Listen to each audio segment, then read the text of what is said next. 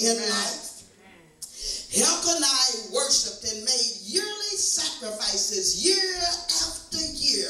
Can you imagine going to a temple year after year, making a sacrifice unto the Lord for something, making a sacrifice unto the Lord in gratitude to something? See, some of us, just as we talked this morning, are worshipers, but we're not just worshipers to God like he's a Santa Claus, but we worship him in spirit and in truth. So we're grateful just for the small things. We're grateful for the air to be able to exhale and inhale. We're grateful for our families. We're grateful for the things that God is doing. But above all, we're just grateful to be able to be numbered among him, to know him in the awesomeness of who he is. For he sits high and he looks low. He is in all places at all times. There is no holding him back. He's just God. The earth is the Lord's and the fullness thereof. The world and everything that dwells therein belongs to him. The cattle on 1,000 hills belong to him. There's nothing that you can give God that he don't already have. Come on and put your hands together and give God some praise. Year after year, Elkanah went and made sacrifices unto the Lord in Shiloh. Shiloh represented a place of security. It was a place where Elkanah felt secure. I know of myself, there's been times in my life where I wanted something from God, and patience was the virtue.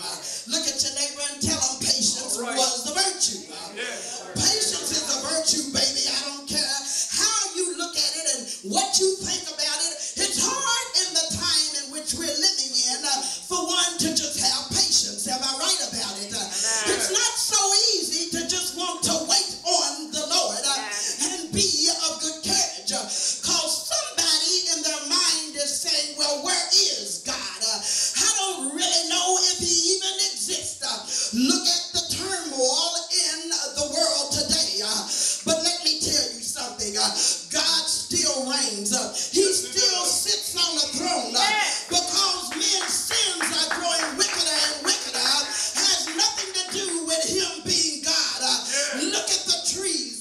When it comes a time of fall, they change colors and they drop. No man does that. Look at the sun. When evening comes, it sets. And then the moon rises. Nobody could do that but God. Look at the grass. Even in the time of lack of water, God still moistens it enough to come back and be green. Come on and put your hands together. He is a good God. Some of us just worship him for being God. How many worshipers do I have in the house this morning? He don't have to be giving me nothing. All he's got to do is be merciful unto me. Be gracious unto me in those times of my lack and in my times of need, when I really can't say where God is, but because of his patience that he has imparted into me. You see, the patience don't even belong to me. God's just good enough to say, this daughter, this son needs patience. So he throws it into the spirit of man and grants him a little more time to wait on the Lord. Come on and put your hands together. Year after year, a place of security. For the psalmist writes, he says, in my distress, in those perplexed times, he said, in those times I cried and called on my God, and he heard my voice, and from his temple and my cry, and came before him, and there he heard me and answered me. I'm so glad that God can hear our cry. I'm so glad that God is a God that answers prayer. See, because I'm a praying person, and I'd hate to think that out of the abundance of all my prayers, God's taking a deaf ear. But I come to tell you this morning, it is out of the abundance of prayer that God is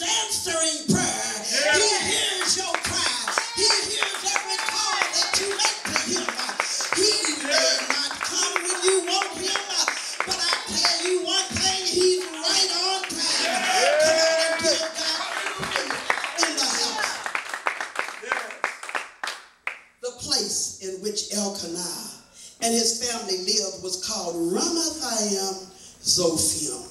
Now allow me to just break that down a little bit right here. Ramathaim Zophim. Ramathaim meant two peaks. Look at your neighbor and tell him 2 peaks. You say, where is she going with this? I'm going somewhere. Stay with me. When you consider the word peak, it is a projection point with extremities. Remember, we talked about distress and perplexity, and I wish someone would cut the air on. But in those perplexed times, and in those times of distress, there is a place where we come to 2 peaks. Look at your neighbor and tell them again, 2 peaks. When we think of the word peak, well, the 2 peaks for Elkanah and Hannah was the barren wound and to bring forth. Somebody say lack. Somebody say desire. Have you ever been at 2 peaks in your life where you're wanting something from God? He is not delivering it when you want it. So you turn to this other side and start grabbing and snatching for something on yourself. That's 2 peaks. Have you ever been in 2 peaks where you feel like God is not moving quick enough? He's not doing what you want him to do. So you go and get you some help to help God along. But God don't need our help. He's God all by himself. He does not need us to help him do nothing. Amen. You couldn't help yourself if God paid you to. You don't hear me. Come on now. If God said breathe for yourself, you'd be a dead man. If God said get up and walk on your own strength, you would fall down. Come on now. If God said lay down and rise in the morning early, you could not do it. I don't care how you figure it out. God said, I'm God, I am that I am. There is none like me upon all the earth. I rule and I reign. I created man. I breathed into man. He became a living soul. No man can do that. Come on and put your hands together. Give God some praise. Hallelujah. 2 peaks in life.